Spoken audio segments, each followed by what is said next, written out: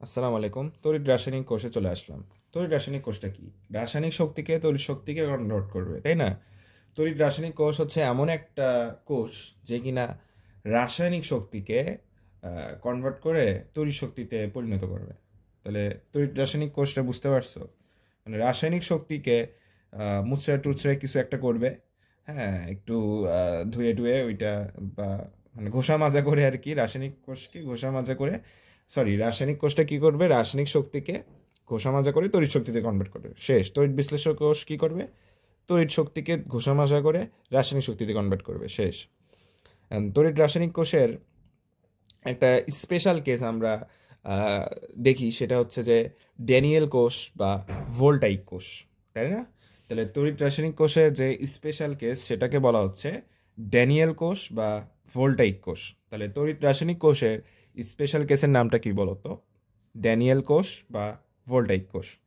এই তড়িৎ রাসায়নিক কোষের স্পেশাল কেস ড্যানিয়েল কোষ বা ভোল্টাইক কোষে অ্যানোডে থাকবে অলওয়েজ জিঙ্ক এবং ক্যাথোডে থাকবে কপার। এটা এমসিকিউর জন্য মারাত্মক গুরুত্বপূর্ণ।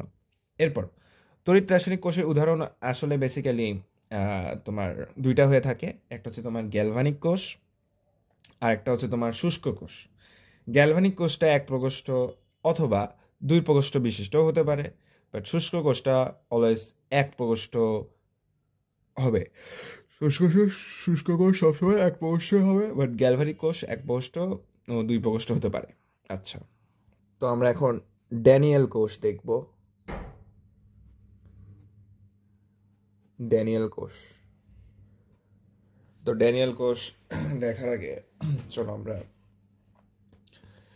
ব্যাখ্যা করি। আসো, আমরা ফার্স্টে দুইটা পাত্র এঁকে নেই। ধরো আমাদের কাছে এরকম দুইটা পাত্র আছে, এবং আমাদের এই পাত্রে ধরো একটা আছে অ্যানোড তড়িৎদ্বার, একটা আছে ক্যাথোড তড়িৎদ্বার। ঠিক আছে, অ্যানোড তড়িৎদ্বার, একটা ক্যাথোড তড়িৎদ্বার। ধরো এই অ্যানোড তড়িৎদ্বার এটা হচ্ছে তোমার জিঙ্ক, এবং এই ক্যাথোড তড়িৎদ্বার এটা হচ্ছে কপারের ক্যাথোড তড়িৎদ্বার। এবং এই অ্যানোড তড়িৎদ্বার যে দ্রবণের মধ্যে আছে সেটা হচ্ছে ধরো আহ, কি বলবো, সেটা ধরো ধরো আমাদের এখানে আছে জিঙ্ক সালফেটের দ্রবণ, এখানে আছে কপার সালফেটের দ্রবণ। মানে যে তড়িৎদ্বারটা নিছো তারই আর কি দ্রবণ আছে। আচ্ছা, তো এটাকে তুমি একটা হচ্ছে যে একটা তারের সাহায্যে কানেক্ট করে দিছো, এবং তুমি এখানে লেটসে একটা মানে বৈদ্যুতিক কোনো ইলেকট্রনিক্স জিনিস কানেক্ট করার জন্য একটা ইয়া দিয়ে দিছো। ধরো এখানে তুমি একটা বাল্ব দিয়ে দিছো, ঠিক আছে? তো এখন যে ব্যাপারটা ঘটবে এখানে সেটা হচ্ছে যে জিঙ্ক যেটা করবে আর কি, এটা হচ্ছে অ্যানোড। এটা কি বলতো? অ্যানোড। এটা হচ্ছে তোমার ক্যাথোড, তাই না? এটা হচ্ছে অ্যানোড, এটা হচ্ছে তোমার ক্যাথোড গেল। এখন অ্যানোড তড়িৎদ্বার তো জিঙ্কের, তাই না? জিঙ্ক কি করবে? জিঙ্ক হচ্ছে দুটো ইলেকট্রনকে ছেড়ে দিবে। ধরো এখানে দুটো ইলেকট্রনকে তড়িৎদ্বারে দুটো ইলেকট্রন ছেড়ে দিল। ছেড়ে দেওয়ার ফলে সে হচ্ছে যে দ্রবণে চলে আসবে জিঙ্ক 2+ আকারে, ঠিক আছে? এই দুইটা ইলেকট্রন পুরা তার দিয়ে চলে যাবে, পুরো তার হয়ে এভাবে যাবে যাবে যাবে, যে ক্যাথোড তড়িৎদ্বারে আসবে। তখন দ্রবণের কপার 2+, বেসিক্যালি কপার সালফেট দ্রবণ, এরা আয়ন হিসেবে আর কি কাউন্ট হবে বা আয়ন হিসেবে আচরণ করবে। কপার 2+টা ওই দুটা ইলেকট্রনকে গ্রহণ করে কপারে কনভার্ট হবে। তো এখানে কপার 2+ থাকবে, সেই কপার 2+টা এই দুইটা ইলেকট্রনকে গ্রহণ করবে। কপার 2+, এখানে ধরো কপার 2+ আছে আর সালফেট 2- আয়ন আছে। এই কপার 2+টা কি করবে? এই এটা তো অ্যানোড তড়িৎদ্বার আর এটা হচ্ছে ক্যাথোড তড়িৎদ্বার। এই ক্যাথোড তড়িৎদ্বারে দুইটা ইলেকট্রনকে গ্রহণ করে কপার আকারে এই দণ্ডে জমা হতে থাকবে। এর ফলে একটা সময় যে কি হবে জানো? একটা সময় হচ্ছে জিঙ্ক এরকম মনে করো এই দণ্ড থেকে, এখানে তো শুধু একটা জিঙ্ক না, এখানে কোটি কোটি জিঙ্ক আছে, কোটি কোটি জিঙ্ক মনে করো এই দণ্ড থেকে বের হতে থাকবে, ফলে এই জিঙ্ক দণ্ডটা বা অ্যানোড দণ্ডটা ক্ষয় হতে থাকবে, তাই না? তাহলে অ্যানোড দণ্ড কি হবে? অ্যানোড দণ্ড ক্ষয় হতে থাকবে, ঠিক আছে? অ্যানোড দণ্ড কি হতে থাকবে? ক্ষয় হতে থাকবে। আর ক্যাথোড দণ্ডটা হচ্ছে যে পুরুত্ব বাড়তে থাকবে। ক্যাথোড দণ্ডের কি হবে? ক্যাথোড দণ্ডের কি হবে? পুরুত্ব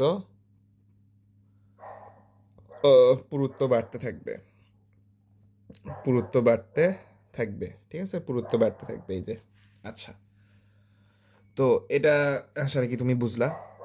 এর ফলে যখন দুইটা ইলেকট্রন হচ্ছে এদিকে পাস করবে, আমরা জানি ইলেকট্রনের বিপরীতে কারেন্ট ফ্লো করে, তখন এই দিক থেকে কারেন্ট ফ্লো করবে, অর্থাৎ ক্যাথোড থেকে অ্যানোডের দিকে কারেন্ট ফ্লো করবে। ফলে তখনই আর কি বাল্বটা জ্বলে উঠবে, তখনই বুঝবা যে তোমার এই কোষটা সচল, এটা আসলে কাজ করতেছে, ঠিক আছে? এখন বেসিক্যালি যেটা হবে, এখন তুমি যেটা ইয়া করো, ইমাজিন করো যে অ্যানোডে আসলে কি বিক্রিয়াটা হবে সেটা বলো। অ্যানোডে কি হবে? অ্যানোড তড়িৎদ্বারে জিঙ্কটা দুইটা ইলেকট্রনকে ছেড়ে দিয়ে জিঙ্ক 2+ কনভার্ট হচ্ছে, তাই না? জিঙ্ক তড়িৎদ্বার থেকে জিঙ্ক দণ্ডটা, এই যে এটা তড়িৎদ্বার, এই জিঙ্ক দণ্ড থেকে বা জিঙ্ক তড়িৎদ্বার থেকে জিঙ্ক দুইটা ইলেকট্রনকে ছেড়ে দিয়ে জিঙ্ক 2+ কনভার্ট হচ্ছে। আর ক্যাথোড তড়িৎদ্বারে কপার 2+, কপার 2+, ঠিক আছে? কপার 2+ কি করবে? এই যে ক্যাথোড তড়িৎদ্বারে দ্রবণে থাকা কপার 2+ ওই দুটো ইলেকট্রনকে গ্রহণ করে এই ক্যাথোডে জমা হতে থাকবে কপার আকারে। এটা গেল হচ্ছে আমাদের অ্যানোড আর ক্যাথোডের রিয়েকশন। আচ্ছা, এখন দেখো তো ইলেকট্রন ফ্লোটা কোন দিক থেকে কোন দিকে হচ্ছে, এর একটু দেখি। ইলেকট্রন ফ্লোটা হচ্ছে অ্যানোড থেকে ক্যাথোডের দিকে, তাহলে এটা একটু লিখে ফেলো। তাহলে ইলেকট্রন ফ্লোটা কোন দিকে হবে? ইলেকট্রন ফ্লোটা হবে, বলতো কোন দিকে? ইলেকট্রন ফ্লোটা হবে অ্যানোড থেকে ক্যাথোডের দিকে, ঠিক আছে? অ্যানোড থেকে ক্যাথোডের দিকে। অ্যানোডে কে ছিল? জিঙ্ক। আর ক্যাথোডে কে ছিল? কপার, তাই না? আচ্ছা, তো ড্যানিয়েল কোষ থেকে এগুলা তোমার এমসিকিউ আসতে পারে যে অ্যানোডে কি বিক্রিয়া হবে, ক্যাথোডে কি বিক্রিয়া হবে, ড্যানিয়েল কোষে ইলেকট্রন ফ্লো কোন দিক থেকে কোন দিকে হবে। তাহলে বলো তো কারেন্ট ফ্লোটা কোন দিকে হবে? কারেন্ট ফ্লো, এটা তো আশা রাখি বোঝার কথা তোমার, যে কারেন্ট ফ্লোটা হবে ক্যাথোড থেকে অ্যানোডের দিকে। কারেন্ট ফ্লোটা হবে, ইলেকট্রন যেই দিকে ফ্লো হয় কারেন্ট তো তার বিপরীত দিকে ফ্লো হয়, তাই না? আচ্ছা, তাহলে কারেন্ট ফ্লো হবে ক্যাথোড থেকে তোমার অ্যানোডের দিকে, ঠিক আছে? তো কারেন্ট ফ্লো তো ক্যাথোড থেকে অ্যানোডের দিকে হলো, তো ক্যাথোডে কে ছিল? কপার, তাই না? ক্যাথোডে কে ছিল বলো তো? কপার। আর অ্যানোডে ছিল হচ্ছে তোমার জিঙ্ক। এই হচ্ছে ঘটনা, কারেন্ট ফ্লোটাও আমরা বুঝে গেছি। আচ্ছা, তাহলে এখন একটা বিষয়ে চিন্তা করো তো, কারেন্ট কি? কারেন্ট হচ্ছে উচ্চ বিভব থেকে নিম্ন বিভবের দিকে যায়, তাই না? তাহলে এখানে উচ্চ বিভবটা কোন তড়িৎদ্বার বলো তো? অ্যানোড তড়িৎদ্বার না ক্যাথোড তড়িৎদ্বার? ক্যাথোড তড়িৎদ্বার। হ্যাঁ, ক্যাথোড তড়িৎদ্বারটা হচ্ছে হাই পটেনশিয়াল, ঠিক আছে? হাই পটেনশিয়াল, ঠিক আছে? High potential. আর অ্যানোড তড়িৎদ্বারটা হচ্ছে লো পটেনশিয়াল বলতে পারো, লো পটেনশিয়াল। এটা আমরা কিভাবে চিন্তা করবো? এই যে কারেন্ট ফ্লো হচ্ছে তোমার ক্যাথোড থেকে অ্যানোডের দিকে, তাই কারেন্ট তো সবসময় উচ্চ বিভব থেকে নিম্ন বিভবের দিকে ফ্লো হয়, তাই না? এই আর কি। তাহলে আমরা তখন বলতে পারি যে ক্যাথোডটা, এটা তো বেসিক্যালি ড্যানিয়েল কোষ বা ভোল্টাইক কোষ, তাই না? ড্যানিয়েল কোষ বা ভোল্টাইক কোষটা কি বলতো? ড্যানিয়েল কোষ বা ভোল্টাইক কোষটা হচ্ছে এক ধরনের, এটা একটা তড়িৎ রাসায়নিক কোষ, তাই না? তড়িৎ রাসায়নিক কোষ, তড়িৎ রাসায়নিক কোষ। আমরা এখন যেই ভিডিওটা দেখতেছি বা আমি যেটা নিয়ে আলোচনা করতেছি, এটা একটা তড়িৎ রাসায়নিক কোষ, তাই না? আচ্ছা, তো এখানে এই তড়িৎ রাসায়নিক কোষে তোমার হচ্ছে অ্যানোডটা হয়ে যায় কি বলতো?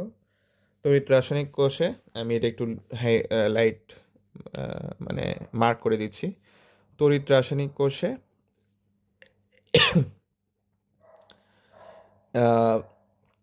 তড়িৎ রাসায়নিক কোষে অ্যানোডটা হয়ে যায় নেগেটিভ, ঠিক আছে, কারণ কারেন্ট হচ্ছে অ্যানোডের দিকে শেষে যাচ্ছে, ক্যাথোড থেকে অ্যানোডের দিকে, মানে নিম্ন বিভবের দিকে। সো তড়িৎ রাসায়নিক কোষে অ্যানোডটা হয়ে যায় নেগেটিভ। তড়িৎ বিশ্লেষ্য কোষে আমরা দেখছিলাম অ্যানোড হয় পজিটিভ, ক্যাথোড হয় নেগেটিভ। বাট তড়িৎ রাসায়নিক কোষে উল্টা, ক্যাথোড হবে পজিটিভ। কেন? কারণ কারেন্ট ফ্লো হচ্ছে ক্যাথোড থেকে, এই আর কি। ঠিক আছে, এটা কি তোমার বুঝে গেছে? আচ্ছা, এখন একটা বিষয় দেখো, এখানে যে দ্রবণে জিঙ্ক 2+ আসলো, তো জিঙ্ক 2+ তো এখানে আমি ওই যে তখন বলছিলাম যে এখানে তো একটা জিঙ্ক নাই, কোটি কোটি জিঙ্ক আছে, কোটি কোটি জিঙ্ককে দুটো ইলেকট্রনকে ছেড়ে দিয়ে দ্রবণে আসতে যাবে। তো এখান থেকে যদি আরেকটা জিঙ্ক 2+ আসতে চায়, এ বাধা দিবে না? এ কিন্তু বাধা দিবে, ফলে জিঙ্ক 2+ আসতে পারবে না। ফলে জিঙ্ক 2+ যদি না আসে, ইলেকট্রনের ফ্লো হবে না। ইলেকট্রন ফ্লো না হলে কারেন্টও পাবো না। ফলে আমাদের এই ড্যানিয়েল কোষটাই হচ্ছে যে আমাদের ব্যর্থ যাবে। বেসিক কোষ কি? কোষ হচ্ছে যে কোষের মাধ্যমেই তো আমরা বিদ্যুৎ উৎপন্ন করতেছি, সো কারেন্ট আমরা পাচ্ছি না। তো আমাদেরকে এখন কি করতে হবে? জিঙ্ক 2+ এখানে তো আনতে হবে। এই জিঙ্ক 2+টা বিকর্ষণ করবে, ফলে সে আসতে পারবে না। তো আমাদের যে কাজটা করতে হবে, জিঙ্ক 2+গুলোকে দ্রবণীয় বানাতে হবে। তো এই জিঙ্ক 2+কে দ্রবণীয় বানানোর জন্যই এখানে আমরা একটা লবণ সেতু অ্যাড করে দিই। এখানে আমরা একটা কি করি? লবণ সেতু অ্যাড করে দিই। ঠিক আছে, এখানে আমরা একটা লবণ সেতু অ্যাড করে দিই। লবণ সেতুর কাহিনীটা বলতেছি, দেখো। লবণ সেতুতে যে কোনো একটা লবণ নিতে হবে। ধরো পটাশিয়াম ক্লোরাইড নিছি আমরা। এই পটাশিয়াম ক্লোরাইড থেকে ক্লোরিনটা এইদিকে চলে আসবে, আর পটাশিয়াম আয়নটা ধরো এইদিকে চলে আসছে। যেহেতু এখানে অনেক হিজিবিজি হয়ে গেছে, আমি জিনিসটা এই পাশে দেখাচ্ছি। হ্যাঁ, দেখো, এই লবণ সেতুতে আমরা হচ্ছে পটাশিয়াম ক্লোরাইডকে নিছি, ধরো ক্লোরিনটা এইদিকে আসলো আর পটাশিয়ামটা ধরো এইদিকে গেল, তাই না? আচ্ছা, এখন হচ্ছে যে এই এই অ্যানোডের থেকে কী হবে? অ্যানোড তড়িৎদ্বারে দুইটা ইলেকট্রনকে ছেড়ে দিয়ে জিঙ্কগুলো এখানে চলে আসবে। এখন এই জিঙ্ক আর এই ক্লোরিন মিলে জিঙ্ক ক্লোরাইড তৈরি করবে, এবং জিঙ্ক ক্লোরাইড এখানে দ্রবণীয় হবে। বুঝতে পারছো? জিঙ্ক ক্লোরাইড এই পাত্রে আর কি তোমার দ্রবণীয় হয়ে যাবে। তখন কি হবে? এই জিঙ্ক 2+ তাহলে তো মানে দ্রবণীয় হয়ে গেল, তাহলে মানে এই তড়িৎদ্বার থেকে কোটি কোটি জিঙ্ক 2+ বের হতে থাকবে, না আমাদের কারেন্ট ফ্লোটা চলতে থাকবে আর কি। ইলেকট্রনের ফ্লো চলবে, কারেন্ট ফ্লো চলবে। এবং এখান থেকে দেখো কপার 2+টা এই তড়িৎদ্বারে যে জমা হচ্ছে, ফলে এখানে তোমার সালফেট আয়নটা থাকবে। সেই সালফেট আয়নটা পটাশিয়ামের সাথে রিয়াকশন করে পটাশিয়াম সালফেট হিসেবে এই দ্রবীভূত হবে। তো এটাই হচ্ছে আমাদের লবণ সেতু বা সল্ট ব্রিজের কাজ। এরপরেও আমরা দেখব আমরা লবণ সেতুতে কোন কোন লবণ আমরা ইউজ করতে পারবো। ক্যাথোড বা অ্যানোডে আমাদের তো যেমন এখানে ধরো জিঙ্ক আছে, এখানে কপার আছে। অ্যানোড আর ক্যাথোডে শুধু জিঙ্ক কপার তো থাকবে না, বিভিন্ন মৌল থাকতে পারে। কোন কোন মৌল সাপেক্ষে কোন কোন লবণ সেতুতে লবণ ইউজ করা যাবে সেটা আমরা দেখব। সব লবণ সেতু আমরা ইউজ করতে পারবো না, সেটা আমরা পরবর্তীতে দেখব। আচ্ছা, তো এখানে ইলেকট্রন ফ্লোটা হচ্ছে যে, আমি যদিও এটা আগের ইয়েতে লিখছিলাম, ইলেকট্রন ফ্লোটা হবে অ্যানোড থেকে ক্যাথোডের দিকে। এটা আমি আরেকবার লিখে দিচ্ছি, অ্যানোড থেকে ক্যাথোডের দিকে। এটা হচ্ছে ড্যানিয়েল কোষে, তাই না? এই যে জিঙ্ক থেকে তোমার হচ্ছে কপারের দিকে। আর কারেন্ট ফ্লোটা হবে ক্যাথোড থেকে অ্যানোডের দিকে। আমি তো বিস্তারিত ওই পেজে বলছি, এখানে আর এত বিস্তারিত বলবো না। ঠিক আছে, ক্যাথোড থেকে অ্যানোডের দিকে। আর তড়িৎ রাসায়নিক কোষে যেহেতু কারেন্টটা এই দিক দিয়ে ফ্লো হচ্ছে, সো কারেন্ট যেহেতু ক্যাথোড থেকে অ্যানোডের দিকে যাচ্ছে, সো ক্যাথোড হয়ে যাচ্ছে পজিটিভ উচ্চ বিভব, আর অ্যানোড হয়ে যায় নেগেটিভ তড়িৎ রাসায়নিক কোষে, এই আর কি। এখন আমরা একটা জিনিস লেখা শিখবো। তো আমরা এখন কোষ সংকেতটা কিভাবে লিখব? ঠিক আছে, কোষ সংকেতটা এই যে অ্যানোডের বিক্রিয়া হলো, ক্যাথোডের বিক্রিয়া হলো, কোষ সংকেতটা লিখে আসো। দেখো অ্যানোডে কি হচ্ছে? জিঙ্ক থেকে জিঙ্ক 2+। বেসিক্যালি জিঙ্ক এটা সলিড অবস্থায় ছিল।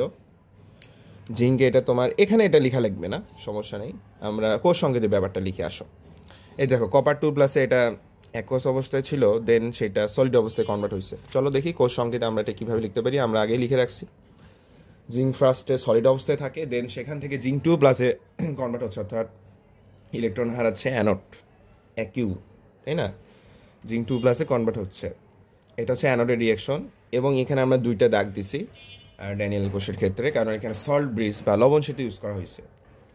এবং ক্যাথোডে যেটা ঘটছে, ইলেকট্রন গ্রহণ, কপার 2+ অ্যাকুয়াস থেকে কপারে কনভার্ট হয়েছে। সো এটা হচ্ছে আমাদের কোষ সংকেত লেখাটা আমরা শিখলাম। ডাবল দুইটা দাগ থাকা মানে সল্ট ব্রিজ এখানে আছে বা লবণ সেতু এখানে আছে। যদি একটা দাগ থাকতো তাহলে লবণ সেতু এখানে থাকতো না। তো আমরা কোষ বিক্রিয়া এখন লেখা শিখবো। দেখো কোষ বিক্রিয়াটা দেখো, অ্যানোডে যে বিক্রিয়াটা ঘটছে, ক্যাথোডে যে বিক্রিয়াটা ঘটছে, এই দেখো এখানে।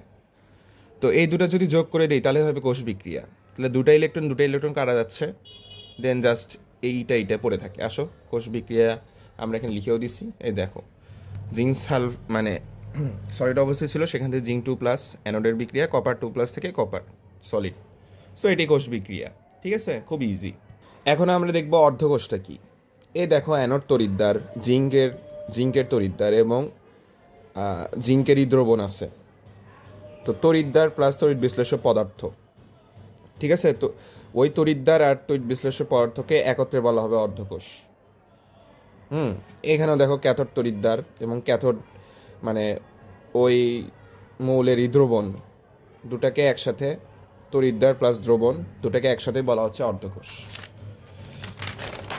এই দেখো অর্ধকোষটা হচ্ছে ওই দণ্ড মানে তড়িৎদ্বার, ধরো অ্যানোড তড়িৎদ্বার, আর অ্যানোড তড়িৎদ্বারের ধরো দ্রবণ, অ্যানোডেরই দ্রবণ, ঠিক আছে। মানে তড়িৎদ্বার প্লাস তড়িৎ বিশ্লেষ্য পদার্থ বা দ্রবণ দুটাকে একসাথে বলা হচ্ছে অর্ধকোষ। অর্ধকোষ সাধারণত দুই প্রকার হয়ে থাকে, একটা হচ্ছে অ্যানোড অর্ধকোষ,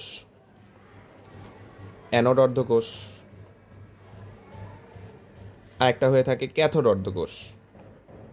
কি অর্ধকোষ বলতো? ক্যাথোড অর্ধকোষ, ঠিক আছে। একটা হচ্ছে তোমার অ্যানোড অর্ধকোষ আর একটা হচ্ছে ক্যাথোড অর্ধকোষ। অ্যানোড অর্ধকোষে যে বিক্রিয়াটা ঘটে, অ্যানোড অর্ধকোষ মানে বুঝতেই পারতেছ, যে জিঙ্ক অ্যানোড তড়িৎদ্বার আর তড়িৎদ্বারের দ্রবণ, এটাকে বলা হচ্ছে অ্যানোড অর্ধকোষ। এবং এই অ্যানোড অর্ধকোষে জারণ বিক্রিয়া ঘটছে না, তাহলে ওটাকে বলা হবে অ্যানোড অর্ধকোষ বিক্রিয়া। জাস্ট অ্যানোড অর্ধকোষ লাস্টে বিক্রিয়া লিখে দিবা। ক্যাথোড অর্ধকোষে যে বিক্রিয়াটা ঘটে তাকে বলা হয় ক্যাথোড অর্ধকোষ বিক্রিয়া। আমি আর পুরোটা লিখলাম না। আশা রাখি বুঝতে পারছো। তো আমরা এখন লবণ সেতু নিয়ে পড়বো। লবণ সেতুতে ইম্পর্টেন্ট কিছু লবণ ইউজ করা হয়, ঠিক আছে। লবণ সেতুতে ইম্পর্টেন্ট কিছু লবণ ইউজ করা হয়, যেমন কি বলতো, যেমন হচ্ছে তোমার ফার্স্ট অফ অল যেটা আমরা দেখবো KCl। হ্যাঁ, KCl ইউজ করা হয়। এরপর আছে পটাশিয়াম নাইট্রেট, এরপর সোডিয়াম না, অ্যামোনিয়াম ক্লোরাইড, পটাশিয়ামের ক্লোরাইড, পটাশিয়ামের নাইট্রেট, অ্যামোনিয়ামের ক্লোরাইড আর অ্যামোনিয়ামের নাইট্রেট। এরপর ইউজ করা হয় সোডিয়াম সালফেট। তো লবণ সেতুতে এই কয়টা লবণ ইউজ করা হয়, তার মধ্যে সবচেয়ে বেশি যেটা ইউজ করা হবে বা সবচেয়ে বেশি যেটা ইম্পর্টেন্ট সেটা হচ্ছে KCl। KCl হচ্ছে সবচেয়ে বেশি তোমার ইম্পর্টেন্ট।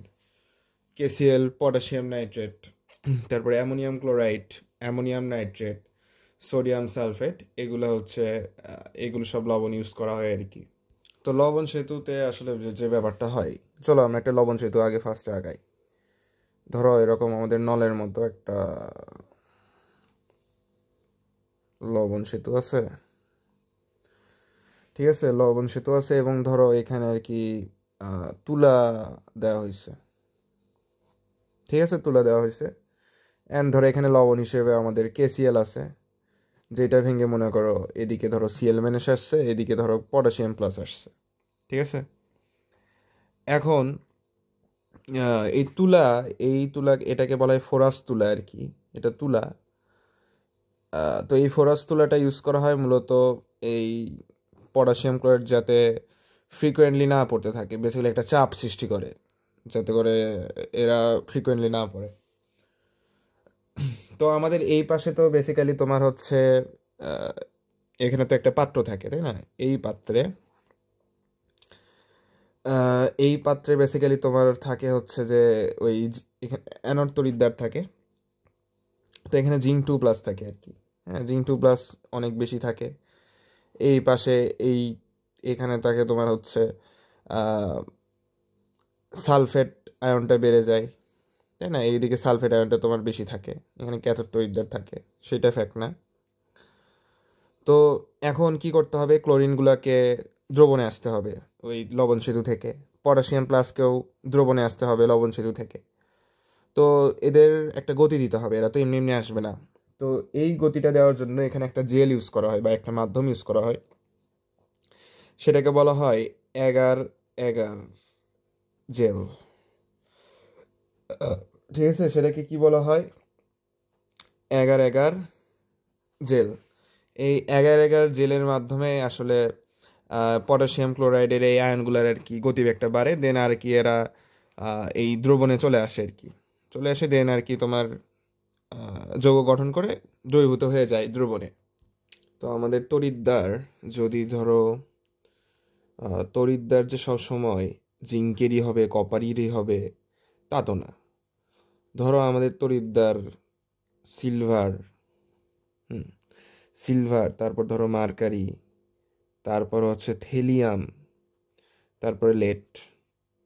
হ্যাঁ, এই কয়টা মৌলের যদি তোমার তড়িৎদ্বারটা হয়ে থাকে, সিলভারের তোমার হচ্ছে পারমাণবিক সংখ্যা 47,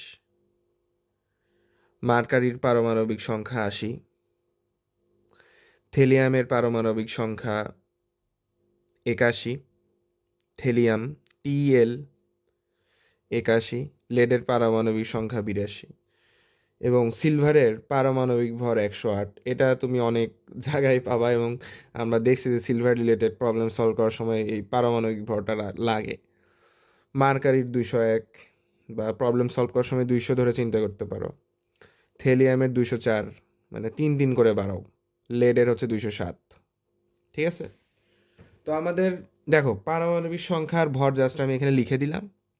এটা বেসিক্যালি দেখো, আমি 9-10-এর বইটা ফলো করি। Silver, mercury, thallium, lead. ঠিক আছে, silver, mercury, thallium, lead. Silver 47, mercury 80, thallium 81, lead 82। সেখানে হচ্ছে যে মার্কারির ক্ষেত্রে 201, থেলিয়ামের 204, আর লেডের 207। আমি কিন্তু না দেখে বলছি, তাই না? এই যে সিলভার, মার্কারি, থেলিয়াম, লেড। তো তড়িৎদ্বার যদি এগুলা হয়ে থাকে আর কি, অ্যানোডেও বেসিক্যালি অ্যানোডেই হওয়ার কথা, কারণ ধাতু তো।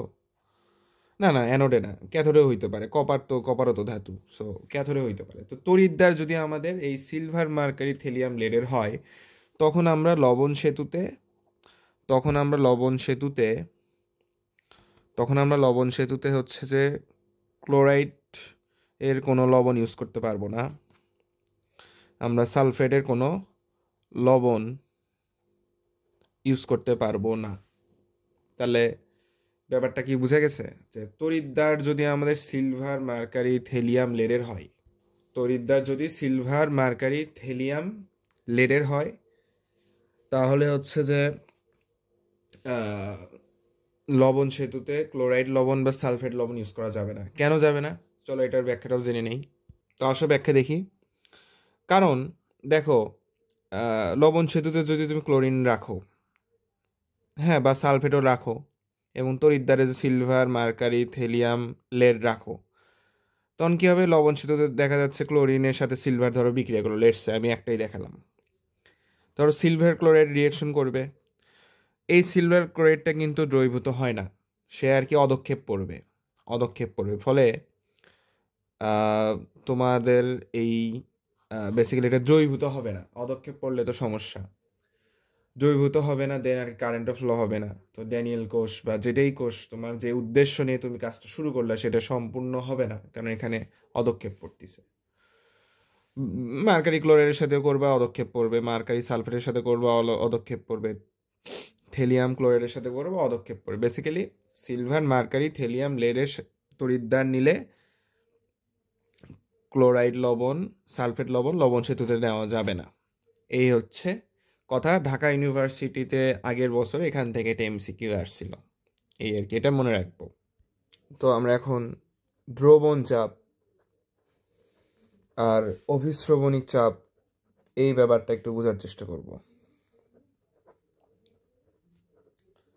দ্রবণ চাপটা হচ্ছে সলিউশন প্রেসার, আর অভিস্রবণ চাপটা হচ্ছে অসমোটিক প্রেসার। দ্রবণ চাপে যে ব্যাপারটা ঘটে সেটা হচ্ছে যে তোমার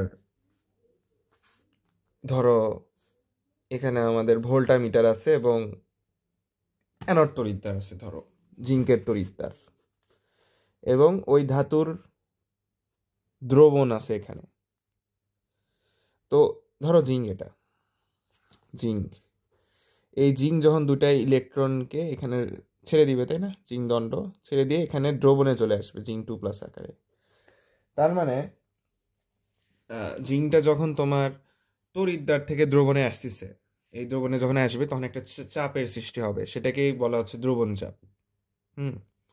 তার মানে তড়িৎদ্বার থেকে কোনো ধাতু যখন হচ্ছে তার দ্রবণে আসতেছে তখন যে সে চাপের ফিলটা করে সেটা হচ্ছে দ্রবণ চাপ। এটা যে শুধু জিঙ্কের ক্ষেত্রে ব্যাপারটা এরকম না। তার মানে দ্রবণ চাপ কখন হচ্ছে, যখন তড়িৎদ্বার থেকে তোমার দ্রবণে আসতেছে তখনই হচ্ছে এই দ্রবণ চাপটা পাওয়া যাচ্ছে। আর অভিস্রবণিক চাপটা কি, ওই যে ধরো আমরা ক্যাথোডের ক্ষেত্রে দেখতাম না যে কপার 2+ দ্রবণের কপার 2+টা ক্যাথোডে জমা হচ্ছে। তার মানে দ্রবণ থেকে যখন ক্যাথোডে জমা হচ্ছে, হ্যাঁ, দ্রবণ থেকে যখন ক্যাথোডে জমা হচ্ছে তখন যে চাপের সৃষ্টি হয় তাকে বলে অভিস্রবণিক চাপ। ঠিক আছে, তার মানে ধরো দ্রবণ, এটা তো আশা রাখি বুঝতেই পারছো। তো দ্রবণ থেকে তোমার তড়িৎদ্বারে যখন যাচ্ছে, ওই যে দ্রবণগুলা ইলেকট্রন গ্রহণ করার জন্য তড়িৎদ্বারে যে জমা হচ্ছে তখন সেটা পাওয়া যায়, সেটা হচ্ছে অভিস্রবণিক চাপ। মানে দ্রবণ চাপ আর অভিস্রবণিক চাপ একে অপরের উল্টা। ওকে, তাহলে দ্রবণ চাপ কিসের জন্য দায়ী? কোনো একটা তো দ্রবণ চাপটা দায়ী হচ্ছে কোনো একটা আয়নকে তড়িৎদ্বার থেকে দ্রবণে আনার জন্য দায়ী। দ্রবণ চাপটা দায়ী কেন? কারণ তড়িৎদ্বার থেকে যে আমি দ্রবণ একটা আয়ন আনতেছি সেটার জন্য দ্রবণ চাপ দায়ী। আর অভিস্রবণিক চাপটা দায়ী হচ্ছে দ্রবণের কোনো আয়ন থেকে তড়িৎদ্বারে আমি নিয়ে যাচ্ছি, এই জন্য অভিস্রবণিক চাপটা এই কারণে দায়ী। চাপ, অভিস্রবণ চাপ আমরা পড়লাম। দ্রবণ চাপটা হচ্ছে যে তড়িৎদ্বার থেকে যখন দ্রবণে আসবে আয়নটা তখন যে সে যে চাপটা ফিল করবে সেটা হচ্ছে দ্রবণ চাপ। আর হচ্ছে দ্রবণ থেকে যখন তড়িৎদ্বারে যাবে আয়নটা তখন সে যে চাপটা ফিল করবে সেটা হচ্ছে অভিস্রবণ চাপ। ঠিক আছে, আচ্ছা, এখন হচ্ছে দেখো দ্রবণ চাপটা বেসিক্যালি কত হচ্ছে দেখো। ও ঠিক আছে, আমরা এখন দেখব যে অ্যানোডে কোন চাপটা বেশি। অ্যানোডের ক্ষেত্রে কি হচ্ছে, অ্যানোডে কোন চাপটা বেশি। দেখো অ্যানোডে কি অভিস্রবণ চাপ থাকবে? অ্যানোডে কি হয় যে অ্যানোড তড়িৎদ্বারে ধরো জিঙ্ক আছে, হ্যাঁ, ধরো এই যে এটা অ্যানোড তড়িৎদ্বার, অ্যানোড তড়িৎদ্বারে ধরো জিঙ্ক আছে, তাই না, এই জিঙ্কটা দুটো ইলেকট্রনকে ছেড়ে দিয়ে দ্রবণে জিঙ্ক 2+ আকারে চলে আসবে, তাই না। তাহলে অ্যানোডে অ্যানোডে বেসিক্যালি দ্রবণ চাপটাই হচ্ছে যে তড়িৎদ্বার থেকে আমাদের দ্রবণে আসতেছে, তো অ্যানোডে থাকে দ্রবণ চাপ। দ্রবণ চাপ ইজ গ্রেটার দেন অভিস্রবণ চাপ, এটা হচ্ছে অ্যানোডের ক্ষেত্রে। আর ক্যাথোডে কোনটা চাপটা বেশি হবে দেখো তো। ক্যাথোডে তোমার অভিস্রবণ চাপ থাকবে। তার মানে কি, যে দ্রবণ থেকে হচ্ছে আমাদের তড়িৎদ্বারে যাচ্ছে সেটাই তো অভিস্রবণ চাপ, তাই না, সেটা ক্যাথোডে ঘটতেছে। তো ক্যাথোডে তোমার এই অভিস্রবণ চাপটা বেশি থাকবে। আচ্ছা, যদি মনে করো, আচ্ছা দেখো দ্রবণ চাপ আর অভিস্রবণ চাপ যদি তোমার সমান হয়ে যায় তাহলে কি হবে দেখো। P1 ইজিক্যাল টু ধরো যদি P2 হয় তাহলে তো তোমার হচ্ছে যে মানে এই দুটো সমান হওয়া মানে কি, অর্থাৎ ক্যাথোড তড়িৎদ্বার থেকে কোনো আয়ন তোমার তড়িৎ বিশ্লেষে আসবে না বা দ্রবণে আসবে না, অথবা দ্রবণ থেকে কোনো আয়ন তড়িৎদ্বারেও জমা হবে না, তখনই তো বেসিক্যালি এই P1 দ্রবণ চাপ আর অভিস্রবণ চাপ সমান হয়ে যাবে। তো এই চাপটা সমান হলে অনেক সমস্যা, সমান হলে তাহলে ইলেকট্রন ফ্লো হবে না, তুমি কারেন্টও ফ্লো পাবা না। তো তখন কি হবে জানো, তখন আর কি তোমার যে ইলেকট্রন ফ্লো, হ্যাঁ ইলেকট্রন ফ্লো এটা তোমার শূন্য হয়ে যাবে, হ্যাঁ ইলেকট্রন কোনো ফ্লো হবে না, ইলেকট্রন ফ্লো শূন্য, ইলেকট্রন ফ্লোই থাকবে না। তাহলে ইলেকট্রন ফ্লো শূন্য হলে কারেন্ট ফ্লো তোমার শূন্য হবে। তো চলতরিতে আমরা একটা সূত্র দেখছিলাম যে আই সমান তড়িৎচালক কোষ ডিভাইডেড বাই আর প্লাস পিচি আর, ঠিক আছে। তো আমাদের ধরো এখান থেকে আমরা কি লিখতে পারি যে তড়িৎচালক শক্তি বা হ্যাঁ তড়িৎচালক শক্তি বলতে পারো, বিভবও বলতে পারো, আই ইন্টু আর প্লাস পিচি আর। তাহলে ভাই তোমার কারেন্ট যদি তোমার জিরো হয়ে যায়, হ্যাঁ কারেন্ট জিরো হয়ে গেলে, এটা জিরো হয়ে গেলে তাহলে আমাদের তড়িৎচালক বিভবও জিরো হয়ে যাবে। তো বেসিক্যালি এটা ইএমএফও বলতে পারো, ইএমএফ, হ্যাঁ ইএমএফ। তো এটা P1 সমান P2 অর্থাৎ দ্রবণ চাপ সমান অভিস্রবণ চাপ, এটা সমান হওয়া মানে এটা বেসিক্যালি সাম্য অবস্থায় আছে। সাম্য অবস্থায় তোমার ইলেকট্রন ফ্লো শূন্য, কারেন্টও শূন্য, ইএমএফটাও শূন্য হয়ে যাচ্ছে। তাহলে তড়িৎ কোষটা যখন সাম্য অবস্থায় থাকবে, তড়িৎ কোষটা যখন কিনা সাম্য অবস্থায় থাকবে,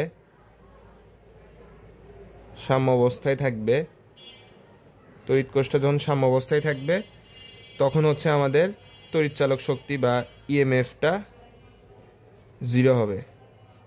তাহলে তড়িৎ কোষটা যখন সাম্য অবস্থায় থাকবে তখন তড়িৎচালক শক্তি বা ইএমএফটা হয়ে যাবে শূন্য। এখন কোষ বিভব নিয়ে চলো একটু কথাবার্তা বলি। অ্যানোডের জারণ বিভব ও ক্যাথোডের বিজারণ বিভবের সমষ্টিকে কোষ বিভব বলে। অ্যানোডের জারণ বিভব অর্থাৎ অ্যানোডে হবে কি বলতো ইলেকট্রন ছাড়ন, আর ক্যাথোডে হবে মানে ক্যাথোডে তো ইলেকট্রন গ্রহণ করে ক্যাথোডে জমা হচ্ছে, এটাই আমি বলতেছি আর কি।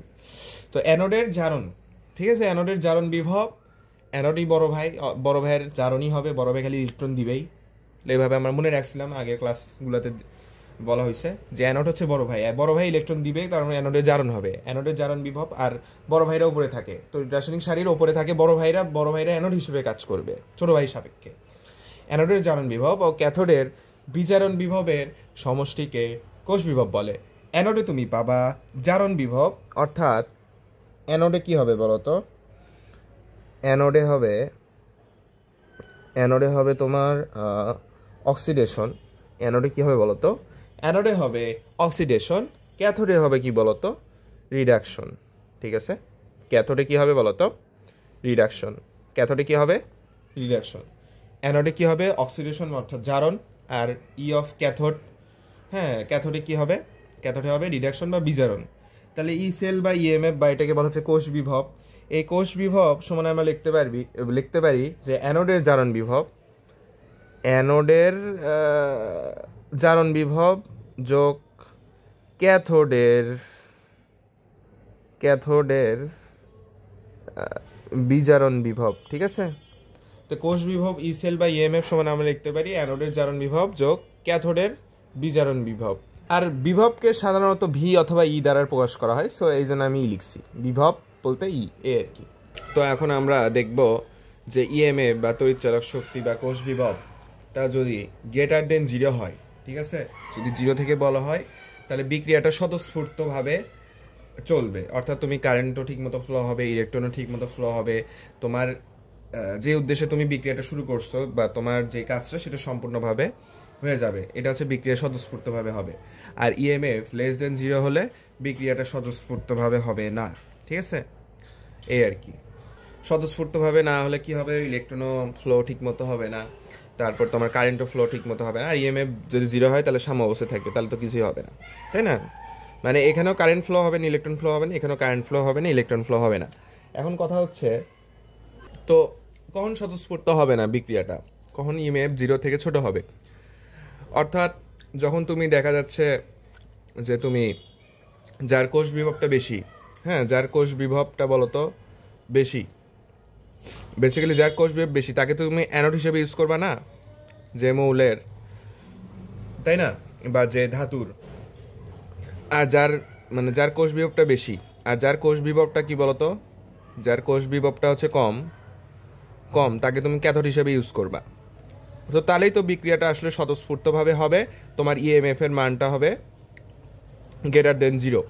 কিন্তু তুমি যদি যার কোষ বিভব বেশি তাকে যদি তুমি ক্যাথোড হিসেবে ইউজ করো, যার কোষ বিভব কম তাকে যদি তুমি অ্যানোড হিসেবে ইউজ করো, মানে তুমি হচ্ছে উল্টা করলা, তাহলে তখন আর কি ইএমএফ এর মানটা 0 থেকে ছোট হয়ে যাবে, ইচ্ছাকৃতভাবে করছো তুমি বা তোমার ভুলেও হতে পারে, তখন আর কি বিক্রিয়াটা স্বতঃস্ফূর্তভাবে হবে না। এটার প্রয়োগ আছে, চলো আমরা প্রয়োগটা দেখি। তো এখন আমরা যেটা দেখবো পাত্রের ক্ষয়। তো ধরো তুমি জিঙ্ক সালফেটের দ্রবণ নিছো, এখন পাত্রটা হচ্ছে কপারের, তো কপারের পাত্রে জিঙ্ক সালফেটের দ্রবণ রাখা যাবে কিনা। ধরো তুমি কপার সালফেট দ্রবণ নিছো, এই কপার সালফেট দ্রবণটা জিঙ্ক পাত্রে রাখা যাবে কিনা এটা এখন আমরা জানার চেষ্টা করব। তো এটা আমরা আগের ক্লাসে এটা নিয়ে আলোচনা করছিলাম যে বড় ভাইয়ের পাত্রে আসলে তুমি ছোট ভাইয়ের দ্রবণকে রাখতে পারবে না। বড় ভাই কিভাবে বুঝতে হয়, তড়িৎ রাসায়নিক সারি আমরা পড়ছিলাম, লিকে বা এসের কানার ম্যাজিকেলে মুন যেন ক্রোমিয়াম ফিরে কেকেনিল সোনা পাবে হাই আন্টি আসবে কুলাঙ্গার হাজি আজি পিডাবে আমায়, এভাবে 27টা মৌল আছে তড়িৎ রাসায়নিক সারিতে, এই ছন্দের মাধ্যমে মনে রাখা যায়। কেউ যদি ভিডিওটা না দেখে থাকো দেখে আসতে পারো।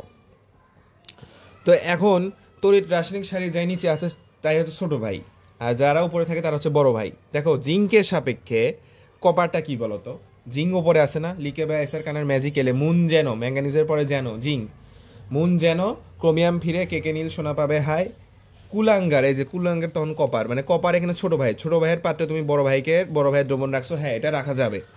এখন বড় ভাইয়ের যদি পাত্র হতো, দেখো এটা হচ্ছে দেখো তড়িৎ রাসায়নিক সারি উপরে আছে মানে বড় ভাইয়ের পাত্রে তুমি ছোট ভাইয়ের দ্রবণ রাখছো, তাহলে কি হবে, বড় ভাই ইলেকট্রন দিতে দিতে বড় ভাইয়ের পাত্রই ফুটা হয়ে যাবে, তো এটা করা যাবে না। তার মানে তোমার তড়িৎ রাসায়নিক সারির যে নিচে থাকবে তাকে তুমি পাত্র হিসেবে ব্যবহার করতে পারবা, এবং বড় ভাইকে দ্রবণ হিসেবে ব্যবহার করলা, এটা ঠিক আছে। মানে যে ছোট ভাই তড়িৎ রাসায়নিক সারি যে নিচে থাকবে তাকেই তুমি পাত্র হিসেবে ইউজ করতে পারবা, আর বড় ভাইয়ের দ্রবণ তুমি সেই ছোট ভাইয়ের পাত্রতে নিতে পারবা। এটা সহজ মনে রাখার উপায়। তাহলে তোমাকে যদি বলে 1 নং পাত্র আর 2 নং পাত্রের মধ্যে কোনটিতে দ্রবণ রাখা যাবে, 1 নং পাত্র ছোট ভাইয়ের পাত্রের উপর বড় ভাইয়ের দ্রবণ, হ্যাঁ এটা রাখা যাবে। 2 নং পাত্র বড় ভাইয়ের পাত্রে ছোট ভাইয়ের দ্রবণ, এটা রাখা যাবে না। এই তো এভাবে এমসিকে আসতে পারে। প্রমাণ কোষ বিভবটা আসলে দেখি কি বলছে। প্রমাণ অবস্থায় অর্থাৎ 25 ডিগ্রি সেলসিয়াস তাপমাত্রায় বা 298 কেলভিন তাপমাত্রায় কোনো কোষের বিভবকে প্রমাণ কোষ বিভব বলে। ঠিক আছে, প্রমাণ কোষ বিভবটা কি, ওই যে মানে 25 ডিগ্রি সেলসিয়াস তাপমাত্রায় যে বিভবটা তুমি পাচ্ছ সেটাই প্রমাণ মানে 25। আচ্ছা, এটা যদিও প্রমাণ কোষ বিভব, যদিও আমরা আগামী ক্লাসে দেখব।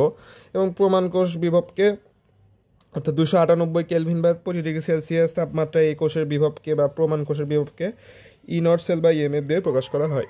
তো চলো কোষ বিভব বের করার আমরা একটা শর্টকাট দেখি। দেখো বিক্রিয়া যদি স্বতঃস্ফূর্ত হয়, ঠিক আছে, তুমি বিক্রিয়ার চেহারা দেখে বুঝতে পারবা যে স্বতঃস্ফূর্ত কিনা। তাহলে হচ্ছে ইএমএফটা কিভাবে বের করবা, বড় মান থেকে ছোট মান আর কি বাদ দিবা। অর্থাৎ দেখতেছো যে অ্যানোডেই জারণ হচ্ছে, ক্যাথোডেই মনে করো বীজ জারণ হচ্ছে, তার মানে বিক্রিয়াটা স্বতঃস্ফূর্ত, তাই না? অর্থাৎ দেখো এটা অ্যাপ্লাই করতে পারবা যদি প্রশ্নে হচ্ছে দুজনেরই জারণ বা বিজারণ বিভব দেওয়া থাকে। এই শর্টকাটটা কখন অ্যাপ্লাই করতে পারবা, যে বড় মান থেকে আমি ছোট মান বাদ দিচ্ছি। যখন দেখবা যে প্রশ্নে হচ্ছে তোমার দুটা ধাতুরই দেখা যাচ্ছে জারণ বিভব দেওয়া আছে, অথবা দুটা ধাতুরই বিজারণ বিভব দেওয়া আছে, মানে দুইজনেরই জারণ বিভব, দুইজনেরই যদি বিজারণ বিভব দেওয়া থাকে, তাহলে তুমি বড় মান থেকে ছোট মান যদি বাদ দাও, তাহলে হচ্ছে তোমার ইজিলি আর কি ইএমএফটা চলে আসবে। এটা একটা তোমার শর্টকাট। আর আরেকটা কি, যে তুমি অ্যাপ্লাই কখন করতে পারবে না, বেসিক্যালি ধরো তোমার যদি বিক্রিয়া দেওয়া থাকে, এখন বিক্রিয়া দেওয়া থাকলে এখান থেকে তোমাকে আর কি জারণ বিভব বিজারণ বিভবটা খুঁজে বের করতে হবে। হ্যাঁ, যে অ্যানোডে কি জারণ বিভব হচ্ছে কিনা, ক্যাথোডে কি বিজারণ বিভব হচ্ছে কিনা। তো যখন বিক্রিয়া দেওয়া থাকবে তখন তো তোমার এই প্রসেসে তুমি যেতে পারবে না। তো শর্টকাট এটা জাস্ট মনে রাখবা।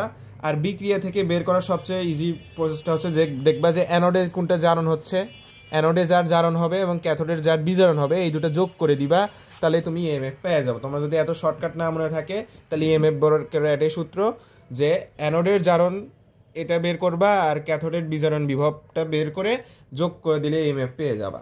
তো আমাদের ভিডিওটা এই পর্যন্তই ছিল। এরপরে হচ্ছে তোমার এই তড়িৎ রাসায়নিক কোষ রিলেটেড যত এমসিকিউ আছে, দেখো আমি এমসিকিউগুলো তুলতেছি, সব এমসিকিউ আমরা সলভ করবো। এরপরের ভিডিওতে তুমি এই এমসিকিউ পর্বটা পেয়ে যাবা। ধন্যবাদ।